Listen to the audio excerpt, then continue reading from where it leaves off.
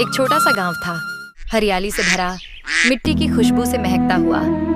गांव का नाम था रामपुर। वहीं एक बूढ़ी अम्मा रहती थी, गौरी देवी।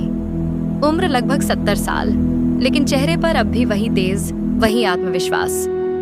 गौरी देवी के पति बहुत पहले गुजर चुके थे। 2 बेटे थे, मोहन और सुरेश।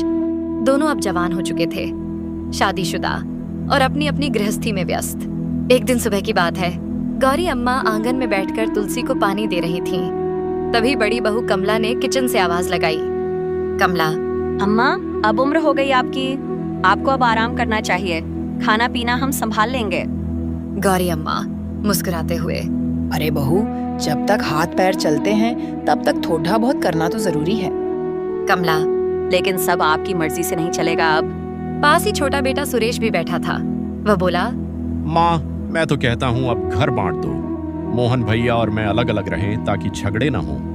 गौरी अम्मा चुप रहीं। उनके चेहरे पर दर्द झलक रहा था। उन्हें याद आया वो वक्त जब उन्होंने दोनों बेटों को गोद में खिलाया था, भूखे रहकर खिलाया था, और आज वही बेटे बंटवारे की बात कर रहे थे।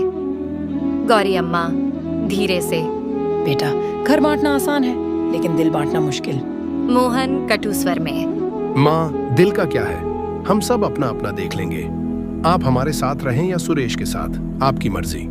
बूढ़ी माँ का दिल टूट गया। उन्होंने बिना कुछ कहे अपनी छोटी सी गठरी उठाई, उसमें कुछ कपड़े और भगवान की तस्वीर रखी और बोली, मुझे किसी के साथ नहीं रहना, मैं अपने भगवान के साथ ठीक हूँ। गौरी अम्मा गांव के किनारे एक पुरानी झोपड़ी में चली गईं। लोग आते जाते उन्हें देखकर कहते, बेचारी अम्मा कितनी नेक हैं, पर बच्चों ने साथ नहीं दिया। गांव के कुछ बच्चे रोज अम्मा के पास खेलने आते। अम्मा उन्हें कहानी सुनाती, खिलाती, दुलार करती। उनकी मुस्कुराहट वापस लौटने लगी। एक दिन गांव में खबर आई, पास वाले जंगल में एक डाकू गिरोह छिपा हुआ है जो गांवों को लूट रहा है। गांव वाले डर गए। सबने कहा, रात में कोई घर से बाहर नहीं निकलेगा। लेकिन एक रात जब सब अपने घरों में छिपे थे, तभी गौरी अम्मा ने देखा कि पास के खेतों में कुछ लोग घुस आए हैं। वह धीरे से बोली, ये तो डाकू लग रहे हैं। बूढ़ी अम्मा ने बुद्धि लगाई। उन्होंने अपनी पुरानी ढोलकी उठाई और जोर जोर से बजाने लगी।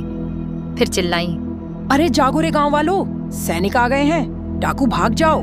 डाकू समझे कि सच में गांव में फौज आ गई है। वे घबराकर भाग गए।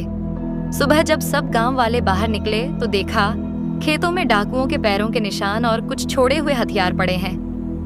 गांव वाले, अम्मा, आपकी सूझबूझ से हम बच गए। अम्मा मुस्कुराकर, बेटा, ताकत शरीर में नहीं, बुद्धि में होती है। अगले दिन दोनों बेटे गांव वालों से यह बात सुनकर शर्मिंदा हो गए। मोहन और सुरेश दोनों झोपड़ी के पास पहुंचे। मोहन, माँ, हमें माफ कर दो, हमने आपकी कीमत नहीं समझी। सुरेश, माँ, हमारे घर में आपके बिना अब कोई रौनक नहीं है। गौरी अम्मा धीरे से, बेटा, मैं बूढ़ी जरूर हूँ, पर बेकार नहीं। अगर बुढ़ापा बोझ लगता तो भगवान हमें सांसें क्यों देता। दोनों बेटे गले लग गए। पूरा गांव यह दृश्य देखकर भावुक हो गया। अब गौरी अम्मा दोनों बेटों के साथ गांव के बीच बने बड़े घर में रहने लगीं। उन्होंने एक नियम बनाया, हर सुबह साथ में पूजा करेंगे और शाम को घर में सब साथ बैठकर खाना खाएंगे। धीरे धीरे घर में प्यार लौट आया। बहुएं भी बदल गईं। कमला, जो पहले रूखी थी, अब अम्मा के पैर दबाती और कहती, अम्मा, आपकी ताकत ने सबको एक कर दिया। एक दिन गांव के स्कूल में बच्चों को नैतिक शिक्षा सिखाई जा रही थी। गुरुजी ने पूछा, बच्चों, बताओ सबसे बड़ी ताकत क्या होती है, धन, शरीर या बुद्धि? एक छोटा बच्चा खड़ा हुआ और बोला, गौरी अम्मा जैसी बुद्धि सबसे बड़ी ताकत है।